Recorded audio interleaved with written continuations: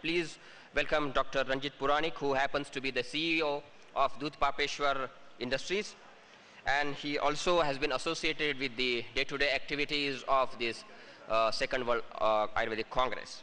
So may I request Dr. Ranjith Puranik to elaborate his thoughts on the topic Ayurveda for Future Industry 2012. Please welcome Mr. Ranjith Puranik. Give him a big hand. Thank you. Thank you, Dr. Thomre. Our chairman for today, Dr. Vasu, our co-chairman and Guruji, Vaidya Shriram Sharma, mentors, Vaidya Devendra Tiguna and Dr. S.K. Sharma, Dr. Kuti, and ladies and gentlemen.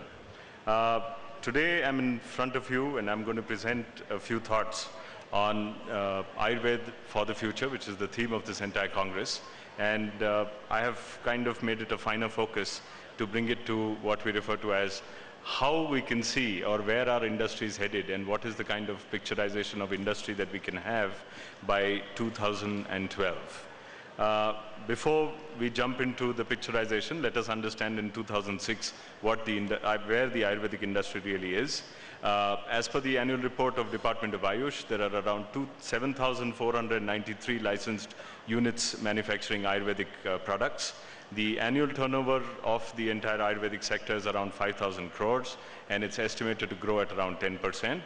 The export of products, now I'm being a little choosy in terms of which exports I'm sharing with you. The exports of products put up for retail sales. I'm not referring to bulk herbal extracts, and neither am I referring to bulk medicinal plants that are exported. But when we talk in terms of export of products put up for retail sales is around 120 crores. GMP for the Ayurvedic sector was introduced in 2001, and with a lot of persuasion, a lot of culling, a lot of training, today we can say that almost 90 to 95% of the Ayurvedic licensed units in India are GMP compliant. When we take a look at the market, we're talking of a market that is divided in three distinct segments.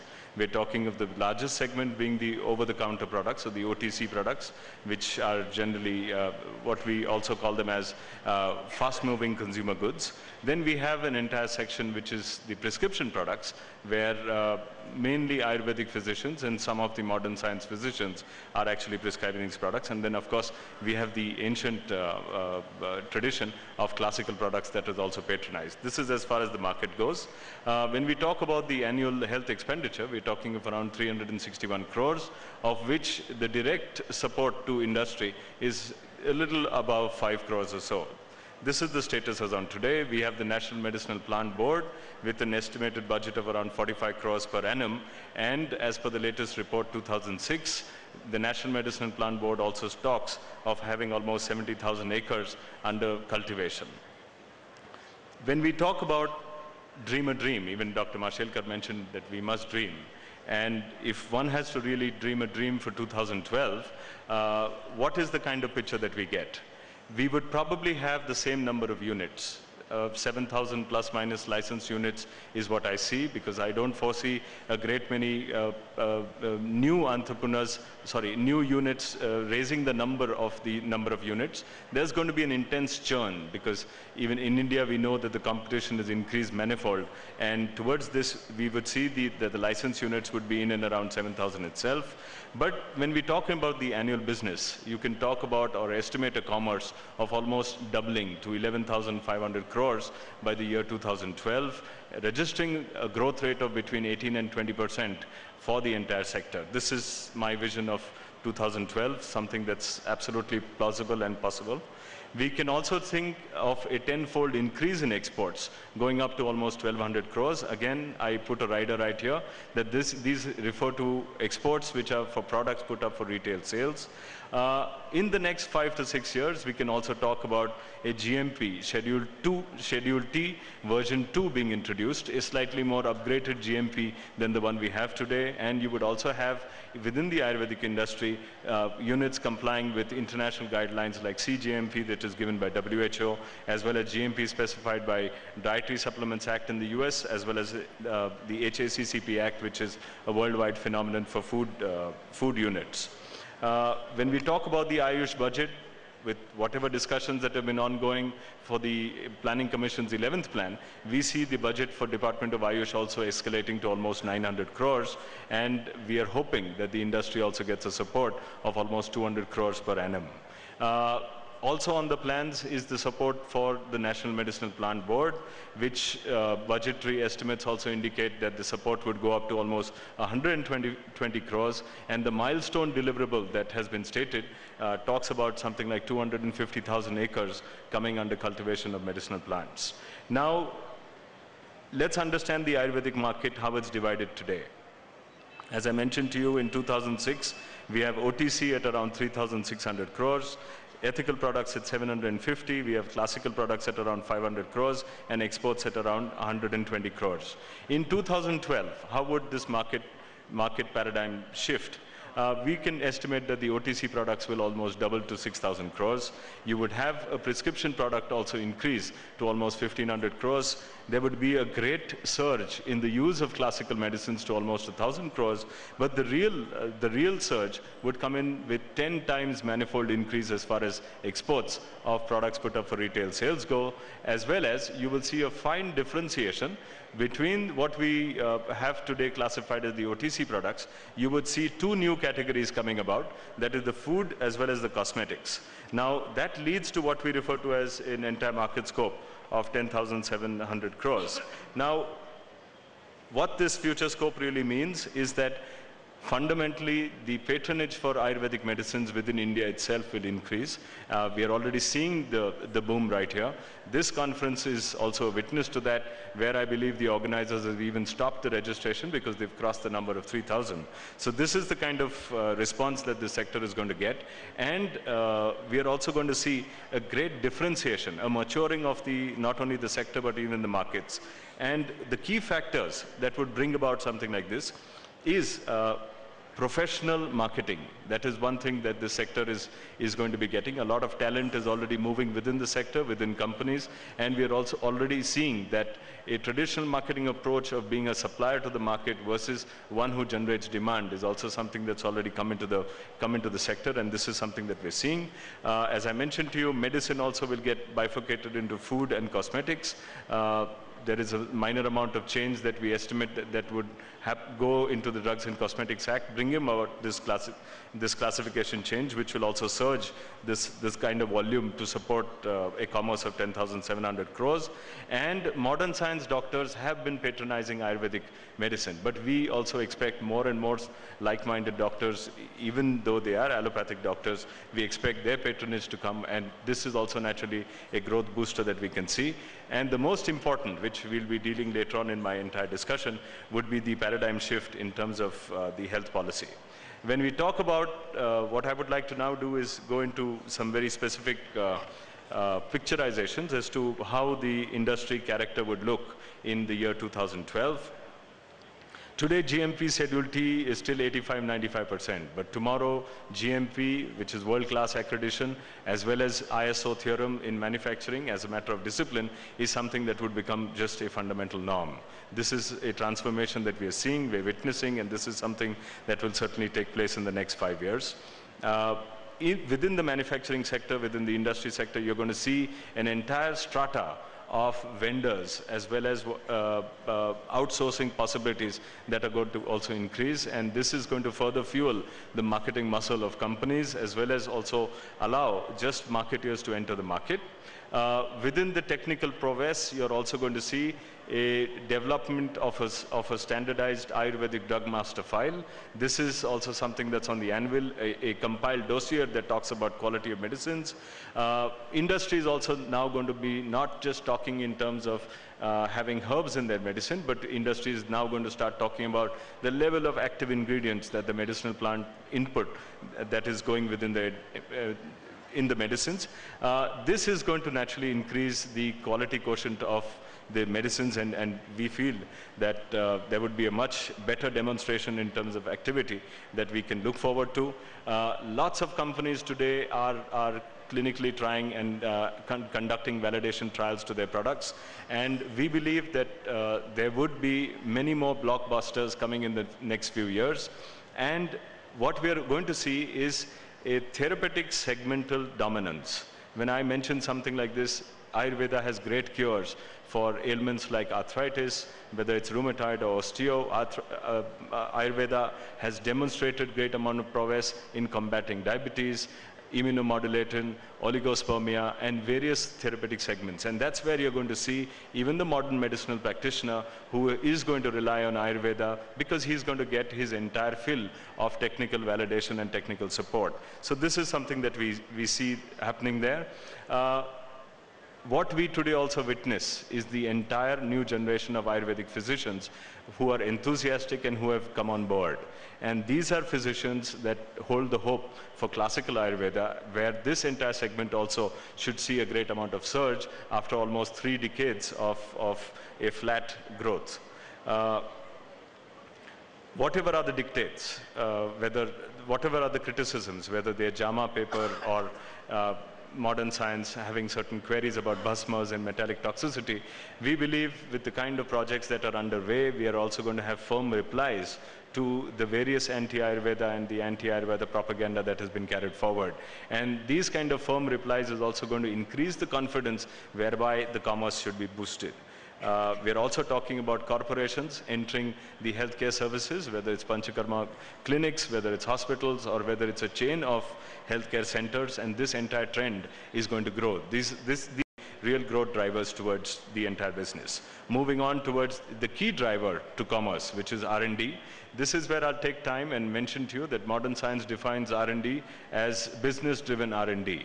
Whilst in Ayurveda, the paradigm would be slightly different. It would be business driven by R&D, and that is where the entire repository of wisdom lies in Ayurveda, which would come to the aid of Ayurveda. We've already spoken about bhasmas, developing themselves into platform technologies, and these are platform technologies that will have immense potentials. Ultimately, we are going to talk in terms of validation of standard, safe, and effective medicines and technical dossiers to prove something like this without doubt. Today, when we take into account certain amount of a uniform trend that we see in Ayurvedic ethical products, that is, I term it as tonicology, because you have one hepatoprotective that practically does everything within the entire hepatic protective therapeutic segment. But this is the time in the next few years that what's going to emerge is super specialty products. Products that have demonstrated action, products that are very finely tuned to give that particular delivery of cure that the practitioner really expects. We are also going to see the coming again, or back to the future, if we can call it, of the Ayurvedic ethos. And by this I mean, when we talk in terms of classical medicine, we are talking of a therapy approach for a chronic or an ailment. We are not really going to talk of one product which is the blockbuster. And that's also something that we can see that R&D is going to bring forth in terms of validation towards a therapy approach rather than just a product approach. I won't go into mandate for Ayurveda because Dr. Mashelkar and every eminent speaker in the morning has talked about how the mandate would be given to multidisciplinary scientific institutions to ensure that their focus remains in terms of Ayurveda and also moves forward. Exports, tenfold increase what I mentioned to you, and that is really tapping the global opportunity. Next week, we are having an international conclave in New Delhi where we are inviting members and delegates. It's hosted by Department of Ayush and NISCARE, but we've invited delegates from the APNET, BIMSTEC, SAARC, ASEAN, as well as the CIS countries. Now, these are drug regulators, these are policymakers from these countries invited into New Delhi for an entire conclave to discuss as to how a mutual cooperation should take place. This also means that India would give recognition to their traditional medicine and mutually they would also be allowing our medicine. Now, I believe all of these efforts orchestrated in a firm plan can also lead to a great amount of increase in terms of exports of Ayurvedic medicines. That's the reason why I estimate that the exports of Ayurvedic medicines would go up tenfold. We are also going to be talking about a very key element of the Ayurvedic sector, or rather the core of the Ayurvedic sector, the Ayurvedic physician being allowed to practice not only in neighboring countries, but also in other countries. And I believe that this development will pave the way in terms of motivation for the new or the young generation of Ayurvedic physicians, and will also pave the way for companies to put their best foot forward in taking classical Ayurveda global. We are also going to be talking about global joint research programs, whether it's safety studies, or whether it's clinical validation of products, or whether, who knows, maybe even with NIH, to take into account whether an entire therapy can be accredited in terms of effectiveness. Blockbuster drugs are a must. The global health burden talks about HIV, malaria, and fever. Traditional medicine all around the world has been tapped for solutions. I believe Ayurveda also will be tapped. Ayurveda will be given a chance, which will lead to blockbuster products towards addressing this global burden that is really rattling nations and societies. And whether it's malaria, fever, or HIV, these are things that will come about. There is today a lot of negotiation between DSHEA and the European Union officials, and somewhere we estimate that we will see a great amount of acceptance of Ayurveda also. The nodal agency for all of this growth, especially in the next 5 or 6 years, is going to be the government, and regulations as a tool to progress is something that we can see. Dr. Sharma has talked about mainstreaming of Ayurveda, which I'm sure he'll come into his speech again, as well as, very importantly, Ayurvedic Pharmacopoeia of India and Ayurvedic Formulary of India being accepted globally. These are things that will really come about.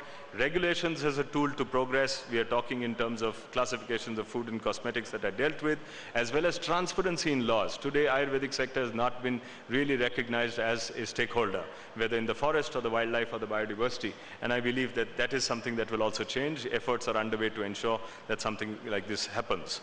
And lastly, the role of Ayurvedic practitioners will, because they would be received in Indian society to have a deeper impact. The Ayurvedic practitioner, frankly, does not know seasons, and he doesn't recognize November, December, January as being the healthy season. The Ayurvedic practitioner is a 365-day clinic and servicing society even today. And I believe that the Ayurvedic practitioner will now not only get the chronic ailment patients, but will also be in charge of primary health care, that is at the GP level. That's something that's really going to come about. Hopefully an educational reform that reflects the true Guru Shishya Parampara also, that's something that will come about. In terms of resources and with the efforts of National Medicine Plant Board, we can look forward to times of plenty. I won't go into all of these details because there is shortage of time, but I will talk about a good governance. This is where industry and all stakeholders of the Ayurvedic sector are going to have to partner with the government and come out with what we refer to as good governance that leads to better practice of Ayurveda, defines a mature market for the products, talks of development in the industry, leads to an involvement of multidisciplinary scientific approach, leads to times of plenty of inputs, and also taps the global potential. This is what I foresee in the next 5 years that will come about. And lastly, sirs, even though what I have shared is a vision in the next 5 years, believe me, the golden era for Ayurveda has just begun.